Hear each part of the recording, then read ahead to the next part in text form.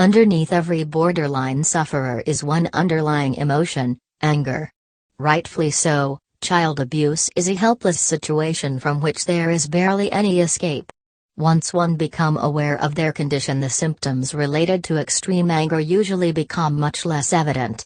Behaviors such as self-cutting and self-harm disappear with awareness. But anger and its triggers never really goes away. The reason for this is because with awareness comes the realization of past injustices, and usually it is too late to do anything about, therefore coping is the only way forward. Anger is a normal emotion for all human beings. And the objective should never be to completely get rid of it, rather to set limits and controls to it. For normal people, this is usually an automatic process that do not require a conscious effort. But for the borderline, coping mechanism must be put in place to deal with anger, since when this happens it usually reaches extreme levels. I have developed 3 steps for anger control. Step 1: the establishment of strict routines.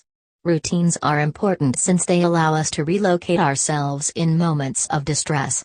This can be something as simple as hitting the gym every Wednesday, only drinking during the weekend, blogging every Sunday, etc. Step 2: establishing plans to achieve goals.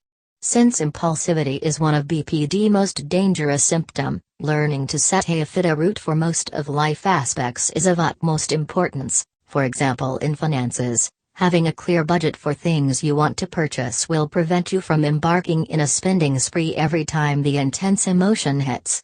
The key, of course, being the daily practice of the planning as to be ready in times of distress. Step 3: it will come time where everything you have established as anger control mechanism fails. The routines, the planning, and anger must be faced and dealt with.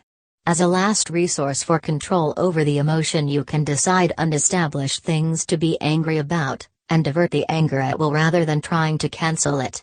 For example, instead of being angry at that random seller at the mall who ripped you off, be angry at your boss for not sending that email you are waiting for in order to complete your project. I know it seems like a scapegoating and a diversion tactic which can sometimes be unfair. But remember that the purpose of the game is to establish control over intense emotions, distributing the load in a way that minimizes it and prevent fixations and other dangerous outcomes.